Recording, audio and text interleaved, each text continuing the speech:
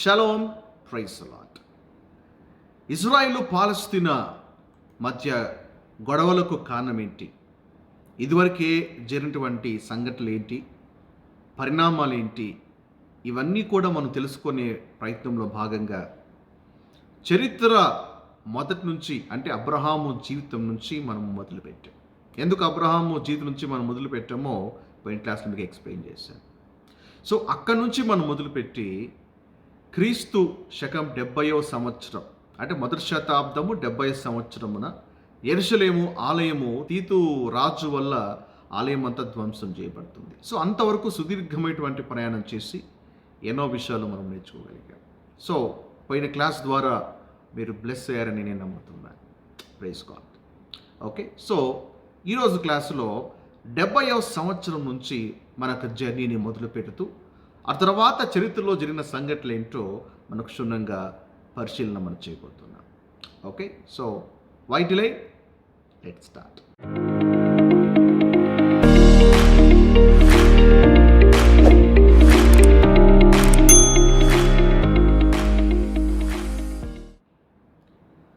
డెబ్బైవ సంవత్సరంలో యెరూషలేం ఆలయము కూల్చబడింది అని మనం చూసాం కదా. ఆలయము కూల్చబట్టుతో దేవుని ఆలయాన్ని దాదాపుగా యూదులు కోల్పోయారు. యూదుల జీవితంలో ఆలయము చాలా ప్రత్యేకమైనటువంటి స్థానం ఉంది. ఆలయము లేని జీవితాన్ని వాళ్ళు ఊహించుకోలేరు. వాళ్ళకి ఆలయం అంటే అంత మక్కువ. అలాంటి ఆలయాన్ని వాళ్ళు మిస్ చేసుకున్నారు. అయితే ఆలయం అంతా కూల్చబడినప్పటికీ ఈరోజు యూదులకు మిగిలినటువంటి ఒకే ఒక అవశేషం ఏంటో తెలుసా? అది వెస్టర్న్ వాల్.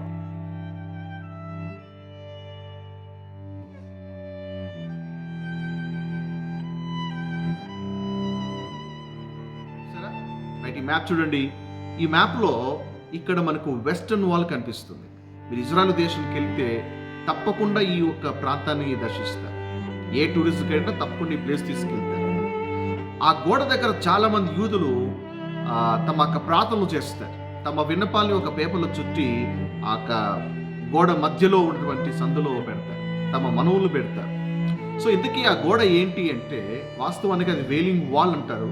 కానీ అది ఏంటంటే ఆలయము ఎక్కడైతే కట్టబడిందో ఆలయం కూల్చబడిన తర్వాత ఈ ఆలయం యొక్క ఫౌండేషన్ అది పునాది. ఆలయం అంతా కూల్చబడగా ఆ పునాది మాత్రమే మిగిలింది. ఎందుకు ఇది అంటే మిగతాదంతా కూడా కూల్చబడింది, ఈ పార్ట్ మాత్రమే మిగిలింది. ఎందుకు ఇలా మిగిలింది? ఎందుకు అంటే దానికి మళ్ళీ రెండు కారణాలు ఉన్నాయి. యూదులు ఎప్పటికైనా సరే జరిగినటువంటి సంఘటన గుర్తు పెట్టుకోవాలనే ఉద్దేశంతోనే తీతురాజు ఈ ప్రాంతాన్ని ఈ భాగాన్ని వదిలేశాడు అనేది ఒక అభిప్రాయం అయితే, రెండవ అభిప్రాయం ఏమంటే అది కూల్చబడిన తర్వాత అంటే నేలమట్టం అయిపోయింది. ఇక వాళ్ళు ప్రార్థన చేయాలి కాబట్టి యూదులు ఇక దాన్ని అపురూపంగా చూసుకుంటున్నారు. ఆ మిగిలినటువంటి అవశేషాన్ని మరి చాలా ప్రీతికరంగా చూసుకుంటూ అక్కడ ప్రార్థన చేయడానికి అనుకూలంగా ఇంకాస్త లోతు తవ్వారు. ఆ భూభాగాన్ని ఇంకాస్త లోతు తవ్వారు. అందుకే చూడండి ఆ వెస్టర్న్ వాల్ అంతా ఎలా ఉంటుందంటే కాస్త బేస్మెంట్ లాగా ఉంటుంది. సో ఆ కిందికి వెళ్ళాలి, అక్కడ మరి వెళ్ళి ప్రార్థన చేస్తారు. ఎందుకంటే అనేకులు కూడుకోవడానికి ప్రార్థన చేయడానికి అనుకువగా మరి దాన్ని కాస్త లోతుకి వెళ్ళి దాన్ని తవ్వుతారు అన్నమాట. సో ఇప్పుడు ఆ వాల్ కనిపిస్తూ ఉంది. ఈ వాల్ ఏంటంటే హేరోదు ఆలయం కాదు, సొలొమోన్ ఆలయం కట్టించాడు. చూసారా, హేరోదు సొలొమోన్ ఆలయంనే ఆ ప్రాంతంలోనే ఇంకో ఆలయం కట్టించాడు. బట్ ఆ ఫౌండేషన్ స్టోన్ ఏమైతే ఉన్నాయో, ఆ వాల్ ఇది ఏమైతే ఉందో, సో సొలొమోన్ ఒక టెంపుల్ ఒక ఒరిజినల్ ఫౌండేషన్ స్టోన్. సో దీన్ని వెస్టర్న్ వాల్ అంటారు. దీనికి ఇంకొక పేరు ఉంది, దీన్ని వేలింగ్ వాల్ అంటారు. సో ఎందుకు అక్కడ దాన్ని వేలింగ్ వాల్ అంటారు అంటే విలపించు గోడ. అక్కడ వెళ్ళి యూదులు విలపిస్తారు, మళ్ళీ ఆలయం కావాలి అని మొరపెడతారు. ఎందుకంటే అదివరకే చరిత్రలో ఎన్నోసార్లు ఆలయాలు కూల్చబడ్డాయి, మళ్ళీ కట్టబడ్డాయి. సో ఆ రోజు మొదలుకొని ఈ రోజు వరకు యూదులకు మిగిలినటువంటి ఆలవాలు మందిరానికి సంబంధించింది ఏదైనా ఉందంటే ఈ యొక్క వాల్. ఓకే, సో అక్కడ నుంచి ఇది చాలా మరి ప్రీతిపాత్రంగా ఉంటుంది. అండ్ దీన్ని ఎలాగైనా ఇప్పటికీ ఇది పోగొట్టుకున్న కనీసం ఈ గోడనైనా కాపాడుకోవాలని అక్కడి నుంచి యూదులు శత విధాలుగా ప్రయత్నం చేస్తారు. ఓకే, అండ్ రోమీల ఒక పాలనలోనే మరొక సంఘటన చూడబోతున్నాం. అంటే ఈ ఆలయానికి యూదులకు సంబంధించినటువంటి విషయాలే మనం చూస్తాం. ఇదొక కీలకమైనటువంటి సంఘటన. ఏంటి అంటే, హేడ్రియన్ వంటి ఒక రోమా చక్రవర్తి ఉంటాడు. హేడ్రియన్. సో AD 130 క్రీస్తు శకం 130వ సంవత్సరంలో హేడ్రియన్ మరి ఈయన చక్రవర్తి ఈయన యెరూషలేముని దర్శిస్తాడు. యెరూషలేం దర్శించిన తరువాత యెరూషలేముకు పట్టినటువంటి గతి బట్టి ఇతను బాగా చలిస్తాడు. అంటే ఇంత దారుణముగా దీని మీద దాడి జరిగిందా అని అతనే ఆశ్చర్యపోతాడు. ఆశ్చర్యపోయిన తర్వాత అతనికి ఒక ఆలోచన వస్తుంది. ఇలాగ యెరూషలేం అంతా కూడా మరి మట్టి దిబ్బడుగా మార్చబడింది కాబట్టి, రోమా సామ్రాజ్యం ఒక పవర్ మరి చాలా స్పష్టముగా తెలిసింది కాబట్టి, ఈ ఒక్క ప్రాంతాన్ని, అప్పటికే జెరూసలేం క్యాపిటల్ సిటీగా చాలా సంవత్సరాలుగా వస్తూ ఉంది కాబట్టి, ఇప్పుడు ఇదే జెరూసలేముని రోమన్ కాలనీగా మార్చుకుందాం, రోమన్ కాలనీగా మార్చేద్దాము అని ప్రయత్నాలు సాగిస్తాయి. అయితే ఇక ఆ ప్రయత్నాలు సాగుతూ ఉండగా యేసు ప్రభువారు ఎక్కడైతే పాతి పెట్టబడ్డాడో, యేసు ప్రభువారు ఎక్కడైతే సిలువ వేయబడ్డాడో ఆ పక్కనటువంటి మరి రాతితో తలుపించినటువంటి సమాధి, ఆ ప్రాంతం అంతా కూడా ఏం చేస్తాడంటే మట్టి చేత నింపి దాన్ని గ్రౌండ్ని లెవెల్ చేస్తాడు. ఎందుకంటే దాని మీదనే ఒక ఆలయం కట్టుకోవాలి, తను నమ్మేటువంటి ఒక దేవతకు ఒక ఆలయాన్ని కట్టాలి అనే ఉద్దేశంతో ఏంటంటే, ఇక ఎలాగా జ్యూస్ అందరూ స్కాటర్ అయిపోయారు, దీన్ని రోమన్ కాలనీగా మార్చుకొని ఇదే ప్లేస్లో ఒక టెంపుల్ని కడదాము అని ఒక టెంపుల్ని కట్టడానికి ప్రయత్నాలు చేస్తాడు. సక్సెస్ఫుల్ అవుతాడు. సో అంతకుముందు ఉన్నటువంటి హిస్టారికల్ ప్లేస్, జీసస్ క్రూసిఫిక్షన్ అలాగే బరియల్ మొత్తం అంతా కూడా అవి పూడ్చివేయబడతాయి. అయితే 70 years అంటే యూదులు 70 సంవత్సరాలు తిరుగుబాటు చేసిన తర్వాత 70 సంవత్సరాలకి ఏంటంటే సిమోన్ బర్ కోఖ్బా అటువంటి ఒక వ్యక్తి యొక్క నాయకత్వంలో యూదులు మళ్ళా తిరగబడతారు. అంటే అప్పటికే యూదులందరూ కూడా 70 సంవత్సరాలు యూదులందరూ వెళ్ళిపోయినప్పటికీ స్థానికంగా మిగిలిపోయిన వాళ్ళు ఎవరైతే ఉన్నారో వాళ్ళు ఇంకా అంటే ఆ బాధ నుంచి ఇంకా తేరుకోలేదు. రోమీలు యొక్క నిరంకుశత్వాన్ని, కర్కశత్వాన్ని జీర్ణించుకోలేక రగిలిపోతున్నారు. అది కాస్త 70 సంవత్సరాలకి మళ్ళా ఆ కోపము ఆవేశం కట్టలు తెచ్చుకుంది. దాంతో హేడ్రియన్ చేసేటువంటి పని, ఓకే, సో జెరూసలేముని తన ఒక రోమన్ కాలనీగా మార్చుకున్నారు. సో అది యూదులకి నచ్చలేదు. మా యొక్క భూభాగాన్ని వాళ్ళొక కాలనీగా మార్చుకోవడం ఏంటి అని తిరగబడతారు. సో తిరగబడిన తర్వాత సక్సెస్ఫుల్గా అక్కడి నుంచి ఆ రోమీలు తరిమేసి 3 సంవత్సరాలు, జస్ట్ 3 సంవత్సరాలు తమ యొక్క ప్రాంతాన్ని, జెరూసలేంని, ఆ ప్రాంతాన్ని అంతా కూడా వీళ్ళు మళ్ళీ క్యాప్చర్ చేసుకుంటారు. 3 years ఇండిపెండెంట్గానే నడుస్తారు. అంటే రోమా ప్రభుత్వము తాత్కాలికంగా 3 సంవత్సరాలు స్టాప్ చేయబడుతుంది, ఇండిపెండెంట్గానే లీడ్ చేస్తారు. అయితే ఇది రోమిలకు నచ్చలేదు. మళ్ళా వీళ్ళు తిరగబాటు చేస్తున్నారా, మళ్ళా వీళ్ళు మొదటికి వచ్చేసారు, వీళ్ళకి ఎలాగైనా బుద్ధి చెప్పాలి అనే ఉద్దేశంతో మళ్ళా ఏం చేస్తాడంటే మళ్ళా యూదుల మీద తిరగబడతాడు, యూదుల మీద దాడి చేస్తాడు హేడ్రియన్. ఎంతగా దాడి చేస్తాడు అంటే ఈసారి 5,80,000 మందిని ఊచకొతకు వస్తాడు. ఎవరు? ఈ హేడ్రియన్.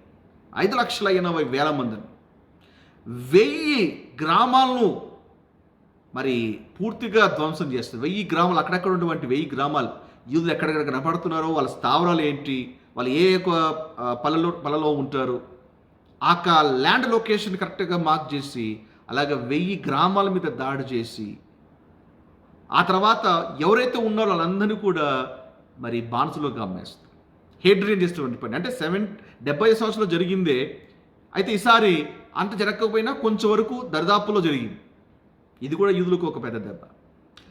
అంత మాత్రమే కాదు, హేడ్రియన్ చేసేటువంటి ఇంకొక పని ఏంటంటే, ఆల్రెడీగా వీళ్ళు దెబ్బతిన్నారు, మళ్ళా అవకాశం రాగానే మళ్ళా తిరగబడుతున్నారు. ఈసారి నెక్స్ట్ టైం మళ్ళా చైనా చేస్తారు. ఎందుకంటే ఈ భూభాగం వాళ్ళది, మాకు కావాలటువంటి భావన ఖచ్చితంగా ఏదో రోజు మళ్ళా పుడుతుంది, మళ్ళా వచ్చైనా ఫైట్ చేస్తారు కదా. కాబట్టి ఒక పని చేస్తాను అని ఇజ్రాయేలు లేదా యూదా అని పిలువబడినటువంటి ఆ భూభాగం ఏమైతే ఉందో దాని పేరు మారుస్తాడు. దాన్ని పేరు మార్చి సిరియా పాలస్తీనా అని పిలుస్తారు. సిరియా పాలస్తీనా నామకరణం చేస్తాడు. ఆ విధంగా ఆ ప్రాంతానికి పాలస్తీనా అని పేరు వచ్చింది. అర్థమైందా? వాస్తవానికి ఇదేంటిది? యూదా, ఇజ్రాయెల్ 2 రాజ్యాలే ఆ పేరు మీదనే పిలువబడుతున్నాయి. కాబట్టి ఎప్పుడు యూదా అనగానే యూదులకి ఇది మాదేటువంటి భావన వస్తాయి. సో ఆ పేరు అనగానే యూదుల్లో ఒక రకమైనటువంటి భావన వస్తుంది, ఆ భూమి మాదే, దేవుడిచ్చినటువంటి స్వాస్థ్యం అని. కాబట్టి అది రాకుండా ఉండడానికే పేరు మార్చేస్తారు, సిరియా పాలస్తీనా ఆ విధంగా వస్తుంది. ఆ తర్వాత అఫ్కోర్స్ ఈ హేట్రియన్ మరి భయంకరమైనటువంటి వ్యాధితో చచ్చిపోతాడు. ఓకే, సో అది బిగ్ స్టోరీ అగైన్. ఇప్పుడు చరిత్రలో రోమా పాలలోనే మరొక అద్భుతమైనటువంటి సంఘటన మనం చూడబోతున్నాం. ఏంటిది అంటే కాన్స్టంటైన్ ఎంపరర్. ఓకే, చక్రవర్తి నుంచి మీరు విన్నలేదని తెలియదు, కానీ ఇప్పుడు శ్రద్ధగా ఈ మాట వినాలి. కాన్స్టంటైన్ చక్రవర్తి క్రీస్తు శకం 306 నుంచి 337 వరకు ఈయన పాలన సాగుతుంది. ఈ పాలన ప్రతి క్రైస్తవుడు తెలుసుకోవాలి. యాక్చువల్గా మనం కొంచెం సైడ్ ట్రాక్ అవుతున్నాం, ఎందుకంటే యాక్చువల్గా యూదులను ఫోకస్ చేస్తూ చరిత్ర వెళ్ళాలి. కానీ ఈ లోపల ఒక సంఘటన జరిగింది, క్రైస్తవులకి చాలా ముఖ్యమైనటువంటి సంఘటన ఆ దినాల్లో చోటు చేసుకుంది. ప్రతి క్రైస్తవుడు తెలుసుకోవాలి, కాబట్టి ఇది టచ్ చేసి మనం ముందుకు వెళ్ళిపోదాం. ఓకే, సో ఈ కాలం ఏంటి అంటే క్రైస్తవులకి గుర్తింపు, క్రైస్తవులకి విలువ, నిలబడ్డానికి నిలువ నీడ ఎవండి దొరికినటువంటి ఒక అద్భుతమైనటువంటి కాలం ఈ కాలం. నేను ఎందుకు ఈ మాట చెప్తున్నానంటే యేసు ప్రభువారు మరణించి తిరిగి లేచి ఆరోహణమైన తర్వాత నుంచి క్రైస్తవులు సువార్త ప్రకటనలో ఆది సంఘము భయంకరమైన హింసలకు గురైంది. ఎంతోమంది దాడికి గురయ్యారు, ఎంతోమంది చంపబడ్డారు, చీల్చబడ్డారు, ఘోరమైనటువంటి ఆకృత్యాలు జరిగాయి క్రైస్తవుల మీద. సో అప్పటిటువంటి యూదులు సైతం కూడా క్రైస్తవుల్ని ఇతర జాతి వల్ల చూసేవాళ్ళు. యూదులో ఉన్నవారు కొంతమంది మళ్ళీ ప్రభులో క్రైస్తవులుగా మార్చబడినప్పటికీ వాటి యూదులైతే వీళ్ళని చాలా చిన్న చూపు చూసేవారు. అయితే అడుగు అడుగున మరి క్రైస్తవులు అంటే క్రైస్తవ్యము అప్పుడప్పుడే పురుడు పోసుకొని ఇంకా కొంతమంది అంటే రీచ్ అవుతా ఉంది, నిజమైనటువంటి దేవుడి గురించి చాలామంది తెలుసుకొని ప్రభులోకి వస్తూ ఉన్నారు. బట్ అలాంటి మొదట్లో వాళ్ళ మీద చాలా దాడులు జరిగేవి. అయితే కాన్స్టంటైన్ చక్రవర్తి వరకు రోమా రాజ్యంలో ఏ అధికారం వచ్చినా క్రైస్తవులు మామూలుగా హింస పెట్టలేదు. కాన్స్టంటైన్ చక్రవర్తి ఎప్పుడైతే పాలనకు వస్తాడో చదివే మాట్లాడాడు, ఒక ముఖ్యమైన సంఘటన జరుగుతుంది. ఏంటి సంఘటన అంటే ఆ దినాల్లో ఈ కాన్స్టంటైన్కి మ్యాక్సెంటస్ అటువంటి మరొక చక్రవర్తికి యుద్ధం, అంటే అంతర్యుద్ధం అన్నమాట. ఇప్పుడు వీళ్ళిద్దరిలో ఎవరో గెలిస్తేనే రోమా సామ్రాజ్యం అంతటికీ చక్రవర్తి అవుతుంది. అంతవరకు వీళ్ళు కేవలము రాజులే, ఒక భూభాగాన్ని పరిపాలించేవాళ్ళు. బట్ ఇప్పుడు రోమా సామ్రాజ్యం అంతటి మీద ఆధిపత్యము కావాలని ఇద్దరు పోరాడుతున్నారు. ఒకరేమో కాన్స్టంటైన్, ఇంకోరేమో మ్యాక్సెంటస్. ఈ ఇద్దరి మధ్య యుద్ధాన్ని బ్యాటిల్ ఆఫ్ మెవిలియన్ బ్రిడ్జ్ అంటారు. జస్ట్ మీ రెఫరెన్స్ కోసం చెప్తున్నారు. ఇది కీలకమైనటువంటి యుద్ధం,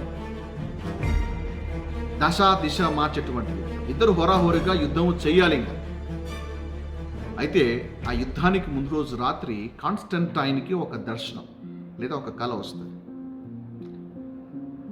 ఆ కళ ఏంటి అంటే దేవుడు స్పష్టముగా కాన్స్టంటైన్ చెప్తున్నాడు, ఇదిగో నీవు ఈ ఒక్క గుర్తును ధరించిన యుద్ధానికి వెళ్ళు అని. ఆ గుర్తు ఏంటి అంటే క్రాస్ గుర్తు.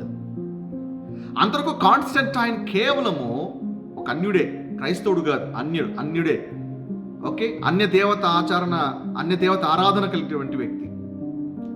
అలాంటి ఒక అన్యుడికి ఒక స్పష్టమైనటువంటి దర్శనం ఏంటంటే in the sign you will conquer. ఈ యొక్క సైన్తో నువ్వు వెళ్తే ఖచ్చితంగా నువ్వు జయిస్తావు, యుద్ధం గెలుస్తావు అని స్పష్టంగా కనపడుతుంది. అన్యుడైనటువంటి కాన్స్టంటైన్కి ఒక బలమైనటువంటి కోరిక, అంటే ఒక నిర్ణయానికి వస్తాడు. ఏంటంటే ఎస్, ఈ యుద్ధంలో ఖచ్చితంగా నేను గెలవాలి, గెలిస్తే రోమా అంతా కూడా నా గుప్పెట్లో ఉంటుంది అని. మా చరిత్రకాలు అంటారు ఈ got convicted, repented, realised, accepted Christ అని అంటారు. అండ్ తన సామ్రాజ్యాలు అందరి సోల్జర్స్కి అందరికీ చెప్తాడు, ఇదిగో మీ షీల్డ్కి ముందర ఏముండాలి, ఇట్లా ప్లస్ ఆకారంలో ఉండాలి. ప్లస్ ఆకారంలో ఈ సింబల్తోనే మనం యుద్ధానికి వెళ్తున్నాం. సో కాన్స్టంటైన్ ఒక నిర్ణయము విని చాలామంది ఆశ్చర్యపోయారు. ఏ చక్రవర్తి అంతవరకు చేయలే. ఏ చక్రవర్తి కూడా, ఏ రాజు కూడా, రోమా అధికారి ఎవరు కూడా ప్రభునందు విశ్వసించలే. కానీ కాన్స్టంటైన్ చాలా పబ్లిక్గా స్టేట్మెంట్ ఇచ్చేప్పటికీ అందరు ఆశ్చర్యపోయారు. అయినప్పటికీ కూడా ఆ మాట విని అదే సాయంతో యుద్ధానికి వెళ్తే అఖండమైన విజయం, అద్భుతమైనటువంటి విజయం. ఆ విజయం పొందుకున్న తర్వాత ఈరోజు చాలామంది వ్యక్తుల వలె మేలు పొంది మర్చిపోయిన వాడు కాదు కాన్స్టంటైన్. మేలు పొందిన తర్వాత పబ్లిక్ స్టేట్మెంట్ ఇచ్చాడు. మరి నేను ఆ దర్శనాన్ని చూశాను, ఆ కళ్ళను చూశాను. క్రైస్తవుల దేవుడే నాకు యుద్ధంలో విజయాన్ని అనుగ్రహించాడు. చాలా పబ్లిక్గానే చెప్పాడు అన్నమాట. అండ్ ఫస్ట్ క్రిస్టియన్ ఎంపరర్, చరిత్రలో ఫస్ట్ క్రిస్టియన్ ఎంపరర్ ఎవరు అంటే ఈ కాన్స్టంటైన్. ఆ విధంగా కాన్స్టంటైన్ ప్రభులోకి వస్తాడు. సో వాళ్ళక తల్లి హెలీనా, ఈమె కూడా ప్రభునందు విశ్వసించినటువంటి తల్లి. సో కాన్స్టంటైన్ ఒక రోజున ఎప్పుడైతే ఇంకా ఏకఛత్రాధిపతి అవుతాడో రోమా సామ్రాజ్యానికి, అప్పుడు ఒక అద్భుతమైన పని చేస్తాడు. ఎడిక్ట్ ఆఫ్ మిలాన్ మీద సంతకం చేస్తాడు. ఎడిక్ట్ ఆఫ్ మిలాన్ అంటే అంతవరకు క్రైస్తవుల మీద జరిగేటువంటి దురాచారాలు, ఆకృత్యాలు ఏమైతే ఉన్నాయో అవన్నీ బంద్ చేస్తూ క్రైస్తవులకి గుర్తింపు ఇవ్వాలి, మనలో ఒకరిగా భావించాలి, వాళ్ళకి కొన్ని హక్కులు ఉన్నాయి, ఇతర పౌరుల వల్లే వాళ్ళకి హక్కులు ఉన్నాయి, ఎవరు కూడా వాళ్ళ మీద దాడి చేయకూడదు, వాళ్ళ విశ్వాసాన్ని గౌరవించాలి అని ఎడిక్ట్ ఆఫ్ మిలాన్ మీద సంతకం చేస్తారు. ఆ రోజు వరకు క్రైస్తవులు పడినటువంటి శ్రమలన్నీ ఆగిపోతాయి. అక్కడ నుంచి క్రైస్తవులు అప్పుడు వాళ్ళు ఉపశమనం పొందుతారు. అంతవరకు పారిపోతూ దాక్కుంటూ ప్రభు కొరకైనా నిలబడాలని ఎవరి ప్రాణాలను ధార పోస్తూ హింసకు ఎదురెత్తుతూ వెళ్తున్నటువంటి క్రైస్తవులకి ఇది ఒక ఊరట కలిగింది. కాన్స్టంటైన్ పాల్లోనే చక్రవర్తి ఎప్పుడైతే క్రైస్తవుడు అయిపోయాడో క్రైస్తవులు చాలా సంతోషించారు. అయితే ఓ రోజు కాన్స్టంటైన్ తన తల్లితో మాట్లాడుతూ, అమ్మా, ప్రభు ఎంతో గొప్ప అద్భుతం చేశాడు కదా. అయితే యేసు ప్రభువారు సిలువ వేయబడ్డాడు. ఎక్కడ? జెరూసలేంలో. సో జెరూసలేము ఎవరి ఆధీనంలో ఉంది? ఎవరి సామ్రాజ్యంలో ఉందంటే మన సామ్రాజ్యమే. ఈ సామ్రాజ్యానికి చక్రవర్తి ఎవరు అంటే నేనే. మరి ఆయన ఎక్కడ సిలువ వేయబడ్డాడు, ఎక్కడ పాతి పెట్టబడ్డాడో ఆ ప్లేస్లు ఏమైనా ఉన్నాయా అంటే ఇన్ఫర్మేషన్ వస్తుంది, ఏవి లేవని అన్ని వాస్ట్ అవుట్. అప్పుడు తల్లిని పంపిస్తాడు. కాన్స్టంటైన్ తన తల్లిని పంపిస్తాడు, అమ్మ నువ్వు జెరూసలేంకి వెళ్ళు. జెరూసలేంకి వెళ్ళి యేసు ప్రభువారు ఎక్కడ సిలువ వేయబడ్డాడు, ఎక్కడ పాతి పెట్టబడ్డాడు ఆ ప్లేస్ని కొంచెం నువ్వు కనుక్కో అన్నప్పుడు హెలీనా ఆ రాజ్యం నుంచి జెరూసలేంకి బయలుదేరుతుంది. సో చరిత్రలో యెరూషలేముని దర్శించినటువంటి మొదటి యాత్రికురాలు ఎవరంటే హెలీనానే. అంతవరకు ఎవరు కూడా అదే పనిగా దీని కొరకు ఎవరు జెరూసలేం రాలే. ప్రభు కొరకే యెరూషలేంకి వచ్చిన మొదటి యాత్రికురాలు ఎవరంటే ఈ కాన్స్టంటైన్ ఒక తల్లిగారే. సో మొత్తానికైతే ట్రావెల్ చేసి జెరూసలేంలోకి అడుగు పెడుతుంది. ఇప్పుడు ఆ భూభాగం అంతా కూడా కొత్త. ప్రభు ఎక్కడ సిలువ వేయబడ్డాడు, ఎక్కడ పాతి పెట్టబడ్డాడు. సో ఆ ప్రాంతాన్ని కనుగొనడానికి లోకల్గా ఇతర సహాయం తీసుకుంటుంది. సో కైసరియాకు బిషప్గా ఉన్నటువంటి ఇసుబిసుని, అలాగే జెరూసలేంకి బిషప్గా ఉన్నటువంటి మెకారస్ని ఇద్దరు కూడా సహాయం తీసుకుంటుంది. సార్ నాకు హెల్ప్ చేయండి అంటే ఇద్దరు కూడా సంతోషంగా వచ్చి ఆమెకు సహాయం చేస్తారు. సో అది 326వ సంవత్సరం. అది మొత్తానికైతే ఇద్దరు సహాయం ద్వారా యేసు ప్రభువారు ఎక్కడ సిలువ వేయబడ్డారు, ఎక్కడ పాతి పెట్టబడ్డారు ఆ ప్లేస్ని లొకేట్ చేయగలుగుతారు. సో వాళ్ళు కనుక్కుంటారు ముందుగానే ఇదంతా కూడా పూడ్చివేయబడింది అనగానే. సో సరే మొత్తానికైతే తవ్వకాలు చేస్తారు. ఆ ప్రాంతం అంతా కూడా తవ్వి మొత్తానికైతే ఎక్కడ ప్రభు పాతి పెట్టబడ్డాడు, ఎక్కడ ఆయన సిలువ వేశారు అవన్నీ కూడా, అంటే జీసస్ మరి ఆయన సిలువ వేసినప్పుడు ఆయన సిలువను, ఆయనతో పాటు ఇద్దరు సిలువ వేస్తారు కదా, సో వారి యొక్క సిలువలు, తర్వాత ఈ యొక్క మేకులు, ఇవన్నీ కూడా వగేరా ఆ ప్రాంతం అంతా కూడా ఆ ప్రాంతం దొరుకుతాయి. సో ఆ త్రవ్వకాలు 3 సిలువలు కనపడతాయి. సో హిస్టరీ చెప్తుంది అన్నమాట. యేసుప్రభు సిలువతో పాటు ఇంకా 2 సిలువలు కనపడతాయి. సో 3 సిలువలు చూసిన తర్వాత అది ఏ సిలువ అర్థం కాదు ఈ హెలీనాకి. ఇందులో ఏది యేసు ప్రభు సిలువ అని ఎలా తెలుసు? ఎందుకంటే ఇక అవి చాలా అపురూపమైనవిగా విశ్వాసకి. సో అప్పుడు అలా ఏం చేస్తుందంటే, ఆ ప్రాంతంలో ఒక స్త్రీ అనారోగ్యంగా ఉన్నప్పుడు ఒక సిలువను తీసుకొని, సిలువలో శక్తి ఉంది అని నమ్మకంతో మొదట ఒక సిలువను ఆ స్త్రీ మీద పెడతారు. ఆ స్త్రీకి స్వస్థ రాలేదు. రెండవ సిలువను పెడతారు, ఏమి జరగలేదు. మూడవ సిలువ పెట్టగానే వెంటనే మరోగా స్వస్థపరచబడుతుంది. హల్లెలూయా. ఎప్పుడైతే వెంటనే హీలింగ్ వస్తుందో వాళ్ళు కన్ఫర్మ్ చేసుకుంటారు ఇది ప్రభు సిలువనే. మిగతా రెండు పక్కన పెట్టేసి ఈ సిలువను పట్టుకుంటారు. అలాగే యేసు ప్రభు వారు ఎక్కడ పాతి పెట్టబడ్డారు ఆ ప్రాంతం అంతా కూడా లొకేట్ చేస్తారు. దెన్ ఏమవుతుంది? వెంటనే వెళ్ళి ఆ కాన్స్టంటైన్కి, ఆ కుమారునికి విషయం చెప్తుంది, అన్న ఇది జరిగింది. అయితే అక్కడ ఒక గొప్ప మన చర్చ్ కడదాం, ప్రభు కొడుకు ఒక గొప్ప మందిరాన్ని కడదాం అన్నప్పుడు సాధ్యపడుతుంది. ఏమైంది? అక్కడ ఆల్రెడీ ఒక ఆలయం కట్టబడింది. దాని మీద ఏమైనా కానీ కాక దాన్ని కూల్చేయని అని వెంటనే ఆర్డర్స్ పాస్ చేస్తారు. వెంటనే ఆర్డర్స్ పాస్ చేస్తే ఆర్డర్స్ మేరకు అక్కడ ఉన్నటువంటి ఈ అన్య దేవత ఆలయం ఏమైతే ఉందో అది కూల్చేసి ఆ ప్రాంతంలోనే, అంటే ఈ యొక్క బరియల్ ప్లేస్ అండ్ అలాగే ఈ యొక్క క్రూసిఫిక్షన్ ప్లేస్, అంటే కల్వరి కొండ, గొల్గొతా కొండ, అలాగే ఈ రెండు ప్లేస్ని కవర్ చేస్తూ వాళ్ళు ఒక అద్భుతమైనటువంటి మందిరాన్ని కడతారు. దాన్నే హోలీ సెపల్చర్ అంటారు. ఇజ్రాయెల్ దేశానికి వెళ్తే ఆ ఇజ్రాయెల్ దేశంలో ప్రతి క్రైస్తవుడు తప్పకుండా ఆ ప్రాంతానికి వెళ్తారు. సో అదంతా కూడా ఒకే భూభాగంలో ఉంటుంది. సో హోలీ సెపల్చర్ చూసారా మీరు? సో ఇజ్రాయెల్కి వెళ్తే తప్పకుండా మీరు అది చూస్తారు. ఆ హోలీ అక్కడ యేసు సిలువ వేయబడ్డాడు, ఇక్కడ పాతి పెట్టబడ్డాడని ఎవరు చెప్పారు? ఇదిగో హెలీనా జెరూసలేంకి వచ్చి అవన్నీ కూడా కనుగొని ఆ స్పాట్స్ అన్ని ఐడెంటిఫై చేయగలిగింది. కాబట్టి ఈరోజు నీవు నేను ఆ ప్రాంతానికి వెళ్ళి చక్కగా ప్రభుని ఆరాధించగలుగుతాం. Thank God. దేవుడు ఒక వ్యక్తిని కదిలిస్తే ఎంత గొప్ప కార్యాలు చూడండి. ఆమె ఐడెంటిఫై చేస్తుంది యేసు ప్రభు బర్త్ ప్లేస్. ఇలాగ చాలా ప్లేస్ని మరి కాన్స్టంటైన్ పాలనలోనే ఇక ఇంపార్టెంట్ ప్లేస్, హిస్టారికల్ ప్లేస్ అన్ని కూడా గుర్తించగలిగారు. లేకపోతే ఎప్పుడో వాసుడు అయిపోయి కొన్ని వేల సంవత్సరాల తర్వాత వాళ్ళకి ఎలా తెలుస్తుంది? తెలియదుగా. ఓకే, సో ఇక్కడ చూడండి, ఇది ఓల్డ్ సిటీ ఆఫ్ జెరూసలేం అంటారు. సో ఈ ఓల్డ్ సిటీ ఆఫ్ జెరూసలేంలో ఇది క్రిస్టియన్ క్వార్టర్. ఈ క్రిస్టియన్ క్వార్టర్లో ఉంటుంది హోలీ సెపల్చర్. Praise God. చూస్తారా?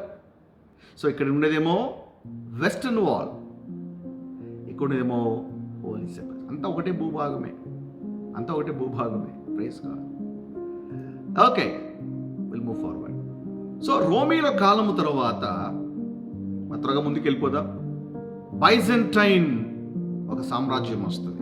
313 నుంచి 636 సంవత్సరం వరకు బైజెంటైన్ పరిపాలన వస్తుంది. సో దాన్ని మనం స్కిప్ చేద్దాం. వాళ్ళ ఒక పాలన తర్వాత నెక్స్ట్ పాలన ఎవరిది అంటే అరబ్బులది. అరబ్బు పాలన. ఏ పాలన చెప్పండి? అరబ్బుల పాలన. 636 నుంచి 1099 సంవత్సరం వరకు వీళ్ళ పాలన సాగుతుంది. సో ఈ యొక్క హోలీ సెపల్చర్ వీళ్ళు కట్టరు కదా ఎవరు? ఈ క్రిస్టియన్స్, అంటే కాన్స్టంటైన్ కాలంలో. ఆ తర్వాత అది పలు దఫాలుగా, అంటే వేరే రాజ్యం వస్తుంది, మళ్ళీ ఆ కాలం కూల్చేసి వాళ్ళది కట్టుకోవడము, మళ్ళీ ఆ తర్వాత క్రూసేడర్స్ వస్తారు, మళ్ళీ దాన్ని కూల్చేసి మళ్ళీ చర్చ్ కట్టడం, ఆ తర్వాత మళ్ళీ అంటే ఎవరు దాన్ని కంట్రోల్ తీసుకుంటారో వాళ్ళ మత విశ్వాసం సంబంధించినటువంటి దాన్ని కడుతుంటే లేదు. So over the period of time ఏంటంటే అవి చాలా పలు రూపాలు సంతరించుకుంది. ఓకే, చాలా మోడిఫికేషన్ జరిగాయి. సో ఈరోజు మనం హోలీ సెపల్చర్ చూస్తున్నామంటే చర్చ్ అంతా కూడా లేదు, బట్ లాట్ ఆఫ్ మోడిఫికేషన్ జరిగాయి. ఓకే, సో ఇప్పుడు అరబ్బుల పాలన వచ్చేసింది, అరబ్బుల కాలం పరిపాలన వచ్చేస్తుంది. సో ఇస్లాము మతము మక్కాలో మొదలైంది. ఎప్పుడు అంటే 7వ శతాబ్దంలో ఇస్లాం మతం అప్పుడే పుట్టింది. వీళ్ళ ప్రకారంగా ఏంటంటే వీళ్ళ మత విశ్వాసంలో 2 చాలా ప్రాముఖ్యమైనటువంటి ప్లేస్లు ఉన్నాయి. మొదటిది మక్కా, అంటే సౌదీ అరేబియాలో ఉంటుంది. రెండవది ఏంటంటే వీళ్ళకి డోమ్ ఆఫ్ ద రాక్, మీకు చూపించబోతున్నది అది రెండవ ప్లేస్ అది. సో టెంపుల్ మౌంట్ మీద మీరు చూడండి, ఈ మ్యాప్లో టెంపుల్ మౌంట్ ఈ కొండ మీద రెండు ప్రాముఖ్యమైనటువంటి విషయాలు ఉన్నాయి. ఒకటి డోమ్ ఆఫ్ ద రాక్ ఉంది, రెండోది టెంపుల్ మౌంట్, ఓకే, అల్ అక్సా మాస్క్. ఈ రెండు ప్లేస్ కూడా ముస్లింకి చాలా చాలా ప్రాముఖ్యమైనటువంటి ప్లేసెస్ ఇవన్నీ కూడా. సో ముఖ్యంగా డూమ్ ఆఫ్ ద రాక్. సో ఈ డోమ్ ఆఫ్ ద రాక్ ఏంటి అంటే ముస్లిమ్స్ ఒక ప్రకారంగా, ఒక ఇస్లాం ప్రకారంగా ఏంటంటే మొహమ్మద్ ప్రవక్త మరి మక్కా నుంచి ప్రయాణమై ఈ ప్రాంతానికి వచ్చి, ఓకే, ఎక్కడైతే డూమ్ ఆఫ్ ద రాక్ కట్టబడిందో ఆ ప్రాంతంలోనే పరలోకానికి ఆరోహణమయ్యాడు అనేది వాళ్ళకు ఫెయిత్. ఓకే, సో ఈ యొక్క ప్లేస్ వాళ్ళకి చాలా పవిత్రమైంది. మక్కా తర్వాత రెండవ పవిత్రమైన స్థలము ముస్లిమ్స్కి ఏంటంటే ఇదిగో ఈ ప్రాంతమే. ఈ ప్రాంతంలోనే డోమ్ ఆఫ్ ద రాక్, అక్కడ ఒక రాయి ఉంటుంది, ఆ రాయి మీద నుంచే ఆరోహణమయ్యాడు అనేది వాళ్ళకు ఫెయిత్. సో అదే రాయి జ్యూస్ కూడా చాలా ఇంపార్టెంట్. ఎందుకంటే ఆ ప్రాంతం మీదే అక్కడే జ్యూస్ ప్రకారం ఏంటంటే దేవుడు మొదటి మానవుణ్ణి తయారు చేసింది ఆ భూభాగమే, ఆ స్థలంలోనే. అబ్రహాము ఇస్సాకుని బలిచ్చింది కూడా ఇదిగో ఆ పాయింటే. సొలొమోన్ ఆలయం కట్టింది కూడా ఇదిగో ఆ ప్లేస్లోనే. సో అటు జ్యూస్కి చాలా ఇంపార్టెంట్. సో ఇప్పుడు ఇస్లాం ప్రకారం ఏంటంటే మహమ్మద్ ప్రవక్త గారు అక్కడి నుంచి ఆరోహణమయ్యారు. సో వాళ్ళు ఏం చేశారంటే వాళ్ళ పాలనలో ఇక్కడ వాళ్ళు ఒక మరి ఆలయాన్ని కట్టుకున్నారు. సో దాన్ని డోమ్ ఆఫ్ ద రాక్ అంటారు. అఫ్కోర్స్ ఇప్పుడు అది UNESCO world heritage site, so వాళ్ళ హ్యాండల్లో ఉంది. సో అక్కడ అది కట్టుకున్నారు. దాంతోపాటు పక్కనే అల్ అక్సా మాస్క్ కట్టుకున్నారు. అల్ అక్సా మాస్క్ అంటే మహమ్మద్ ప్రవక్త చనిపోయిన తర్వాత కొన్ని సంవత్సరాలకు అక్కడ ఒక మాస్క్ కడతారు. మొత్తానికైతే అరబు పాలనలో మరి పాలస్తీనా భూభాగం అంటే ఈ యొక్క ఇజ్రాయెల్ ఒక భూభాగాన్ని ఏమైతే ఉందో అరబ్బుల స్వాధీనంలోకి వెళ్ళిపోయింది. కంప్లీట్గా అక్కడి నుంచి వాళ్ళ పాలనే సాగుతుంది టిల్ ఇజ్రాయెల్ ఒక ఇండిపెండెన్స్ వరకు. ఆ పలు సందర్భాల్లో ఎక్కువ శాతము వాళ్ళ డామినెన్సే ఇజ్రాయెల్ ఒక భూభాగం మీద ఉంటుంది. నవల్ మీకు అర్థమైందా? Praise God. అరబ్బుల పాలన తర్వాత ఇంకొంచెం ముందుకెళ్దాం, ఎందుకంటే ముఖ్యమైనటువంటి సంఘటన మనం చూద్దాం. అరబ్బుల తర్వాత క్రూసేడర్స్ వాళ్ళ పాలన వస్తుంది. క్రూసేడర్, సో వీళ్ళ సామ్రాజ్యం కూడా పవర్ఫుల్ ఎంపైరే. సో వీళ్ళు ఎక్కువగా క్రైస్తవులు వీళ్ళు. ఓకే, సో వీళ్ళంతా కూడా ఏంటంటే జెరూసలేంని మనము టేక్అవుట్ ఎందుకంటే ఆ ప్లేస్లన్నీ డిమాలిష్ అయిపోతున్నాయి, ఆ స్థలాలన్నీ కూడా ధ్వంసం చేస్తూ వేరేవన్నీ కట్టబడుతున్నాయి. సో మన భాగాన్ని మనం సంపాదించుకోవాలని అలా జరిగేటువంటి ఆ ఘర్షణలు ఇవన్నీ కూడా దారితీసి మొత్తానికైతే క్రూసేడర్స్ వచ్చారు రంగంలోకి. Okay, it's big story again. Crusaders తర్వాత నెక్స్ట్ ఆ భూభాగాన్ని పరిపాలించింది ఎవరంటే Mamluk dynasty. So Mamluk dynasty 1291 నుంచి 1516 వరకు మామ్లుక్ డైనాసిటీ. ఓకే, సో ఇది కూడా మనం టచ్ చేయం. Okay, it's big story again. ఇప్పుడు మనము అతి ప్రాముఖ్యమైనటువంటి సామ్రాజ్యాన్ని మనం చూడబోతున్నాం. ఇదే ఒక గొప్ప టర్నింగ్ పాయింట్ తీసుకొని వస్తుంది. లాస్ట్ కింగ్డమ్ అది. Okay, last Kingdom. ఆ తర్వాత ఇంకా రాజ్యాలు ఉండవు. ఇజ్రాయెల్ దేశాన్ని పాలించడం అంటే మొదటి రాజ్యం, ఆ చివరి రాజ్యం ఏది అంటే ఒట్టోమన్ సామ్రాజ్యం. ఏ సామ్రాజ్యము? ఒట్టోమన్ సామ్రాజ్యం.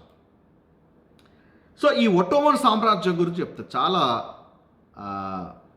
సంఘటనలు జరుగుతాయి. ఒక కథలాగా చెప్తాను, శ్రద్ధగా ఈ మాటలు వినాలి. సో ఈ ఒట్టోమన్ సామ్రాజ్యం ఏంటి అంటే ఇది ఇస్లాంలో సున్నీ, ఓకే, సో సున్నీ తెగకు చెందినటువంటి రాజ్యం. సో ఇస్లాంలో రెండు రకాల తెగలు ఉంటాయి, షియా మరియు సున్నీ. షియా, సున్నీ. సున్నీలో మన 3 తెగలు ఉంటాయండి. ఒకటేమో టర్క్స్, రెండవదేమో అరబ్స్, మూడవదేమో Kurds. Turks, Arabs and Kurds. ఈ 3 దాంట్లో టక్స్, ఈ టక్స్ ఒక సామ్రాజ్యమే ఈ ఒట్టోమన్ సామ్రాజ్యం. సో వీళ్ళని టక్స్ అంటారు, తెలుగులో వీళ్ళని తురుష్కులు అంటారు. ఈ తురుష్కులు పాలనలోకి వస్తారు, అర్థమవుతుందా? సో ఈ తురుష్కుల పాలనలో ఈ ఒట్టోమన్ ఎంపైర్ చాలా సువిశాలమైనటువంటి సామ్రాజ్యం. ఈ సామ్రాజ్యంలో కొన్ని సంగతులు జరిగాయి. చూడండి, ఈ సామ్రాజ్యం ఇంతవరకు విస్తరించింది. చూస్తున్నారా? సామ్రాజ్యం ఇంతవరకు. రైట్. ఈ సామ్రాజ్యంలో అప్పటికే యూదులు, ఆ సామ్రాజ్యంలో యూదుల శాతం ఏంటంటే 3%. ఎంత చెప్పండి? ఓన్లీ 3%. ఇక తక్కినందరూ కూడా ఎక్కువ శాతం అంతా కూడా అరబ్బులు, ఆ తర్వాత మిగతా ఇతర విశ్వాసులు, క్రైస్తవులు, ఇతర విశ్వాసులు. But Jews population only 3%. So Ottoman సామ్రాజ్యంలో ఈ అరబ్బులకి యూదులకి ఇలాంటి గొడవలు లేవండి. అంత సామరస్యంగానే ఉన్నారు, ఇబ్బంది ఏం లేదు. అంత అపోజిషన్స్ లేవు యూదుల మీద, అంత దాడులు లేవు యూదుల మీద. ఒకరికొకరు గౌరవించుకుంటూ అన్యోన్యంగానే ఉన్నారు. ఘర్షణ, ఈరోజు మనం చూసినటువంటి ఘర్షణలు ఆ సామ్రాజ్యంలో అప్పుడు లేవు. ఈ సామ్రాజ్యంలో మనం ఇంకొక వైపు ఫోకస్ చేద్దాం. అంటే ఈ మ్యాప్లో ఇక్కడ నుంచి మనం ఇంకొక వైపు ఫోకస్ చేస్తాం. ఏంటి అంటే మనం కాస్త యూరప్ మీద ఫోకస్ చేద్దాం. యూరప్లో అంటే 19th సెంచరీ కంటే ముందు, దానికంటే ముందు ఉన్నటువంటి కొన్ని సీన్స్ నుంచి బిల్డ్ చేస్తూ 19th సెంచరీలోకి అడుగు పెడతాం. ఎందుకంటే 19th సెంచరీలోనే 1947 ఇజ్రాయెల్కి ఇండిపెండెన్స్ వస్తుంది. అంతకుముందు ఏంటంటే యూరోప్కి అంటే యూదులందరూ కూడా స్కాటర్ అయ్యి అప్పటికే వాళ్ళు అనేక దేశాలకు వెళ్ళారు. ఎక్కువ శాతం మంది యూదులు ఎక్కడికి వెళ్ళారంటే యూరోప్కి వెళ్ళారు. చెప్పండి, ఎక్కడికి? యూరోప్కి వెళ్ళారు. యూరోప్లో అనేక చోట్ల స్కాటర్ అయ్యారు. అప్పుడు నేషనల్ మూవ్మెంట్ అనేది బయలుదేరుతుంది, జాతీయవాదము బయలుదేరుతుంది ఆ యూరోప్లో. సో కొన్ని దేశాలు కలిసి ఏంటంటే మనమంతా కలిసి మనం ఒకటిగా ఉందా, మన జాతి ఒకటి, మన భాష ఒకటి, మన సంస్కృతి ఒకటి, భాషలు తగ్గట్టుగా సంస్కృతి తగ్గట్టుగా కొన్ని దేశాలు ఫామ్ అయిపోయి అంటే కలిసిపోయాయి అనమాట, జాతీయవాదం అనమాట. ఎప్పటి ఇక జాతీయవాదం మొదలైందో యూదుల మీద ఒక రకమైనటువంటి వివక్ష మొదలైంది. ఎందుకంటే వీళ్ళు ఈ దేశం కాదు, ఈ సంస్కృతి కాదు, ఈ భాష కాదు, అసలు ఎక్కడి నుంచి వచ్చారు, ఇక్కడికి వచ్చి సెటిల్ అయిపోయారు, ఇక్కడ ఉన్నారు. కాబట్టి వీళ్ళ మీద చాలా చిన్న చూపు చూసేవారు. ఎక్కడికి వెళ్ళినా కూడా చిన్న చూపు చూసేవారు. మరోవారు ఇదేంటంటే వీళ్ళు ఎదుగుదలను ఇతరులు ఓర్చుకోలేకపోయారు. ఎక్కడి నుంచో వచ్చారు, ఇక్కడ సెటిల్ అయ్యారు, ఇక్కడ నుంచి ఇక్కడ డెవలప్ అయ్యారు. లాస్ట్కి వీళ్ళు ఎంత డెవలప్ అయ్యారంటే ప్రభుత్వానికే వీళ్ళు డబ్బులు ఇచ్చేంత స్థాయికి దిగారు. ఏం చేసినా అందులో సక్సెస్ చూసేవారు. చాలా తెలివైన వాళ్ళు, ఎక్కడికైనా బతికేయగలిగారు. ఎడాల్లో కేసినా కూడా బతకగలుగుతాడు. అది యూదులకు ఉన్న కెపాసిటీ. అది అలాగే ఎక్కడో వచ్చి ఇక్కడికి వచ్చి స్థిరపడి ఇక్కడ పైకి వస్తున్నాడు. వీళ్ళంతా కూడా వీళ్ళకి ఒక జాతి, వీళ్ళ ఇది కాదు కదా. అలాగా ఒక వివక్ష మొదలైంది. ఆ టైంలో ఈ వివక్ష జరిగేటువంటి ఆ సమయంలో ఒక వ్యక్తి ఉన్నాడండి. అతని పేరు థియోడర్ హజ్జెల్. ఇది చాలా ప్రాముఖ్యమైన వ్యక్తి, యూదులకు చాలా ప్రాముఖ్యమైన వ్యక్తి. ఈ వ్యక్తి ఎవరు? ఈ వ్యక్తి అంటే ఈయన is a journalist, political activist. ఈయన కూడా యూదుడే. చాలా వివక్షను ఎదుర్కొన్న తర్వాత అదొక ఆలోచన వచ్చింది, అరే ఇంత వివక్షణ, నాలాంటి సహోదరులు ఇంకా యూరోప్లో అనేక దేశాల్లో ఉన్నారు, వాళ్ళకి జరిగేటువంటి వివక్షను కూడా చూసి తను చాలా చలించిపోయాడు. ఏదో ఒకరికో ఇద్దరు జరిగితే ఓకే, బట్ దేశం అంతట్లో కూడా వివక్ష అనేది చూడబడతా ఉంది. కానీ ఒక గొప్ప విషయం అంటే వాళ్ళు భారతదేశానికి కొంత యూదులు వచ్చినప్పుడు భారతదేశానికి వచ్చినటువంటి యూదుల పట్ల మన భారతీయులు ఆ విధంగా వ్యవహరించలే. ఇంట్లో మనుషులుగానే చూసుకున్నారు, ఇంట్లో మనుషులాగానే ట్రీట్ చేశారు. వారి పట్ల వివక్ష చూపించాలి. అది భారతదేశపు ఒక గొప్పతనం, ఆ దేశపు ఒక గొప్పతనం అది. అందుకే ఇజ్రాయేలు భారతదేశానికి మిత్రదేశం, మనకు కూడా ఇజ్రాయెల్ మిత్రదేశం. ఎలాగో తర్వాత ముందు చెప్పబోతున్నా. ఇలాగ ప్రపంచంలో ఉన్నటువంటి యూదులందరూ వివక్ష ఎదుర్కొంటుంటే ఏదైనా చేయాలి, ఉద్యమించాలి. మాకు దేశం లేదనే కదా, మాకంటూ భూభాగం లేదనే కదా. కాబట్టి మాకంటూ ఒక భూభాగం ఉంటే ఎంత బాగుంటుంది, మాకంటూ ఒక దేశం ఉంటే ఎంత బాగుంటుంది. కాబట్టి ఆ దేశం ఏ దేశమో కాదు, దేవుడు మాకు ఇచ్చినటువంటి ఒక భూభాగం ఉంది కదా. కొన్ని కారణాలు బట్టి తను మేము పోగొట్టుకున్నప్పుడు మాకు ఒక భూభాగం కావాలి. కాబట్టి మన గుర్తింపు భూభాగం ఉంటే వస్తుంది అని ఆయన ఏం చేస్తాడు అంటే డర్ జుడెన్స్టాట్ 1895లో డర్ జుడెన్స్టాట్ అనేది ఒకటి రిలీజ్ చేస్తాడు, ఒక పత్రిక రిలీజ్ చేస్తాడు. దాంట్లో ఏంటంటే తన యొక్క భావాలు వ్యక్తపరిచారు. యూదులందరినీ కూడా మేలుకొల్పడానికి, ప్రపంచంలో యూదులు ఎవరు, వాళ్ళ మీద ఏ విధంగా వివక్ష చూపబడతా ఉంది, అసలు యూదులకు ఏమీ కావాలి, తన యొక్క భావాలన్నీ కూడా అంటే యూదుల భావాలన్నీ కూడా ఈయనే ప్రాతినిధ్యం వహిస్తూ అవన్నీ కూడా ఆ పత్రిక రూపంలో చెప్పేవాడు. జర్నలిస్ట్ కదండి. సో యూదులందరూ కూడా ఏంటంటే ఎక్కడెక్కడ ఉన్న యూదులందరూ కూడా ఏంటంటే వాళ్ళు కూడా ఒక రివైవల్ లాంటిది వచ్చింది. అవును, మాకు దేశం కావాలి, మాకు అది కావాలి. సో బీజాలు అప్పుడు పడ్డాయి. అంటే చాలా సంవత్సరాల వరకు, అంటే వాళ్ళకి ఆలయం కావాలా దేశం కావాలి ఉన్నప్పటికీ కూడా అవకాశం లేక మౌనంగా ఉంటున్నారు. కానీ ఇప్పుడు వాళ్ళ ఆశకు రెక్కలు వచ్చాయి. Yes, we need our nation అని. అప్పుడు 1897 సంవత్సరంలో జయన్ కాంగ్రెస్ అని బ్రెజిల్లో వాళ్ళు గ్యాదర్ అయ్యి అక్కడ జయన్ కాంగ్రెస్ అని అక్కడ మొదలుపెట్టారు. మొమెంటం అక్కడ మొదలైంది జయన్ కాంగ్రెస్ అని. దానికి ఆజ్యం పోస్తుంది ఎవరంటే ఇదిగో ఈ థియోడర్ హర్జల్. అయితే అంతటా కూడా వైబ్రేషన్స్ వెళ్తున్నాయి. యూదులందరూ కూడా అటు దిశగా అడుగులు వేస్తూ ఉన్నారు. బట్ అఫ్కోర్స్ అంటే ఈ థియోడర్ హెర్జల్కి సొంత దేశము చూడటువంటి ఆశ ఉన్నప్పటికీ యూదులందరూ కూడా ఆ దేశంలో ఉండాలి, ఆ రోజు చూడాలన్నటువంటి ఆశ ఉన్నప్పటికీ కూడా అది జరగకముందే థియోడర్ హెర్జల్ చచ్చిపోతాడు, మరణిస్తాడు. ఆయన మరణించిన ఆయన ఒక ఉద్యమాలు కానీ లేదా ఆయన ఒక భావాలు కానీ చచ్చిపోలే. అది యూదులు బాగా నరనాలు ఇంకిపోయింది. అందుకే ఇజ్రాయేలు దేశానికి ఆజ్యము లేదా ఈ యొక్క నాంది పలికింది ఇగో థియోడర్ హెర్జలే అని. ఈయన ఏం చేస్తాడంటే father of the state of Israel, Israel దేశపు యొక్క జాతిపితగా చూస్తారు. ఈరోజు మనం మహాత్మా గాంధీని జాతిపితగా ఏ విధంగా అయితే కన్సిడర్ చేస్తామో ఇజ్రాయేలు ఈయన జాతిపితగా చూస్తారు. అంత గౌరవం ఈయనకి. అందుకే ఇజ్రాయెల్ దేశం ఎప్పుడైతే స్వాతంత్రం వచ్చిందో మొదటి ప్రైమ్ మినిస్టర్ ఎవరు అంటే డేవిడ్ బెన్ గురియన్. ఆయన అనౌన్స్ చేస్తూ ఇజ్రాయెల్ ఇండిపెండెన్స్ని అనౌన్స్ చేస్తున్నప్పుడు మీరు ఆ దృశ్యం చూడండి. ఆయన తలపైన ఒక ఫోటో ఉంటుంది. ఆ ఫోటో ఏంటనుకుంటున్నారు? ఇదిగో ఈ థియోడర్ హెర్జల్ ఫోటోని. ఆ ఫోటో కింద నేను అనౌన్స్ చేస్తూ ఉన్నాను. అంత విలువ ఇచ్చారు ఈ థియోడర్ హెర్జల్కి. Praise God. అంత మాత్రమే కాదు, ఇజ్రాయెల్ డిక్లరేషన్ ఆఫ్ ఇండిపెండెన్స్లో ఈయన పేరు కూడా ఉంటుంది, ఈయన పేరు రాయబడి ఉంటుంది. ఈయననే బీజాలు వేసాడు విప్లవానికి లేదా ఈ యొక్క రివైవల్కి. మాకంటూ ఒక దేశం కావాలంటే ఈ యొక్క భావనకి బీజం వేసింది ఈయనే అని ఈయన గుర్తిస్తారు థియోడర్ హెర్జల్.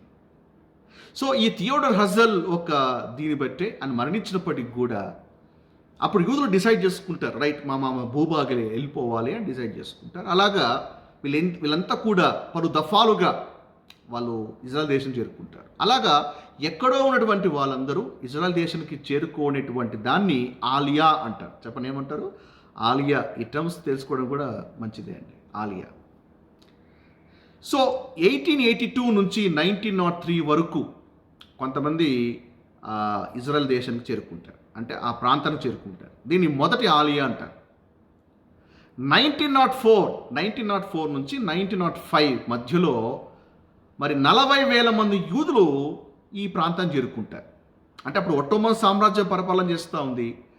మరి ఇక్కడ వివక్ష ఎదుర్కొంటున్నప్పుడు అందరూ కూడా తిరిగి బ్యాక్ వస్తే ఒట్టోమన్ సామ్రాజ్యంలో ఎవరు కూడా అబ్జెక్షన్ చెప్పలేదు. సో హ్యాపీగానే వాళ్ళు రిసీవ్ చేసుకున్నారు. సో 40,000 మంది వచ్చారు. దీన్ని రెండవ ఆలియా అంటారు. చెప్పండి ఏమంటారు?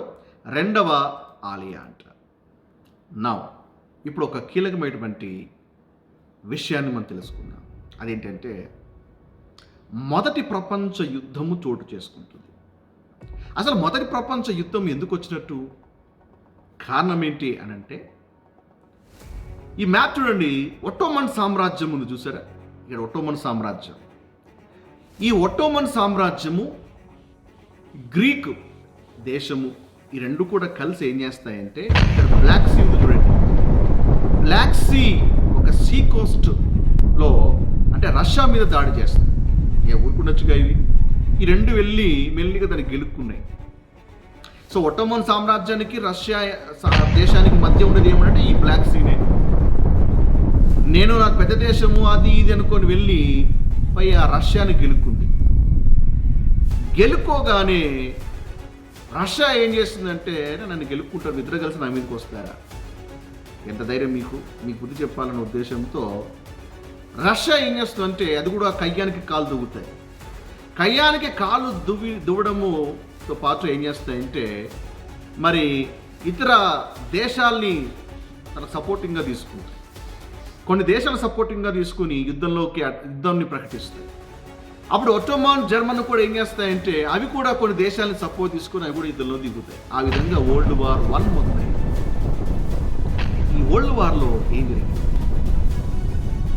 మొదటి ప్రపంచ యుద్ధంలో జరిగినటువంటి సంఘటనలు మన దేశం మీద ఏ విధంగా ప్రభావితం చేసింది అనే విషయాన్ని మనం కులంకుశంగా నెక్స్ట్ క్లాస్లో చూద్దాం. ఓకే, సో ఇంతవరకు మనం ఏమైతే నేర్చుకున్నామో అది మీరు గ్రహించగలిగారని అర్థమైందని నేను భావిస్తున్నాను. సో నెక్స్ట్ క్లాస్ ఇంకా అద్భుతంగా ఉండబోతుంది, ఇంకొంచెం డీపర్గా ఉండబోతుంది. Okay, so first world war నుంచి చాలా కీలకమైన మార్పులు జరుగుతాయి. అంటే ఇజ్రాయెల్ దేశపు ఒక మరి నిర్మాణానికి త్వరగా అడుగులు పడతాయి. ఇక్కడ నుంచే ఫాస్ట్గా అడుగులు పడతాయి. సో నాటకీయంగా ఎన్ని పరిణామాలు చోటు చేసుకున్నాయి. సో ఎవరు ఏ గేమ్ ప్లే చేశారు, ఎవరు ఏ పావు కదిపారు, ఎవరు బలైపోయారు, ఎవరు మేలు పొందారు, ఇవన్నీ కూడా కులంకుశంగా మనము నెక్స్ట్ క్లాస్ చూడబోతున్నాం. Praise God. So hope you are blessed. మీరు దీవించబడుతుంటే సో మీ కామెంట్స్ కింద పెట్టండి. సో కామెంట్స్ రాయండి, షేర్ చేయండి. ఓకే, అండ్ సాధ్యమైనంత వరకు ఈ క్లాస్ వీడియోస్ ఏమైతే ఉన్నాయో చాలామందికి షేర్ చేయండి. ప్రతి క్రైస్తవుడు తెలుసుకోవాలి. ప్రతి క్రైస్తవుడు కూడా ఈ చరిత్రలో జరిగినటువంటి సంఘటన ఏంటో తెలుసుకోగలిగాలి. Praise God. సో ఇతర బ్లెస్సింగ్ ఉన్నట్టుగా మీ గ్రూప్స్లో షేర్ చేయండి, వాళ్ళకి కూడా ఈ విషయాన్ని పంచండి. సో నెక్స్ట్ క్లాస్కి ఇంకా చాలామంది ఇన్వైట్ చేయండి. ఓకే, థర్డ్ క్లాస్ చాలా డీప్గా ఉంటుంది కాబట్టి so don't miss out. Israel దేశం గురించి చాలా కీలకమైనటువంటి విషయాలు మనం తెలుసుకోబోతున్నాం. అండ్ రీసెంట్గా జరిగినటువంటి సంఘటనను మనం విశ్లేషణ చేయబోతున్నాం. Okay, so don't miss out. God bless you. Right, చిన్న ప్రే చేసుకుని సెలవు తీసుకుందాం. ప్రభువాన్ని కొందనాతలు చేస్తున్నా, మీరు మాకు ఇచ్చినటువంటి శ్రేష్టమైన సమయం బట్టి స్తోత్రాలు. ప్రభువా, మరి చరిత్రలో 70వ సంవత్సరం నుంచి 19వ శతాబ్దం వరకునైనా కొన్ని కీలకమైనటువంటి సంఘటనలు మేము చూసాం. తండ్రి, మీరు మాకు నేర్పించేందుకై, మాకు అర్థ విధంగా బోధించినందుకై తండ్రి స్తుతిస్తూ కనపరుస్తున్నాం. ఈరోజు ఎవరైతే పాల్గొన్నారో అందరినీ కూడా బ్లెస్ చేయండి తండ్రి. నెక్స్ట్ క్లాస్లో ఇంకా డీప్కి వెళ్తుండగా తండ్రి ఇంకా అనేక విషయాలు మాకు తెలపమని ప్రార్థన చేస్తాం. ఘనత మహిమ ప్రభావాలు మీకే చేస్తాం. యేసు నామములో అడిగి వేడుకుంటున్నాం తండ్రి. ఆమేన్.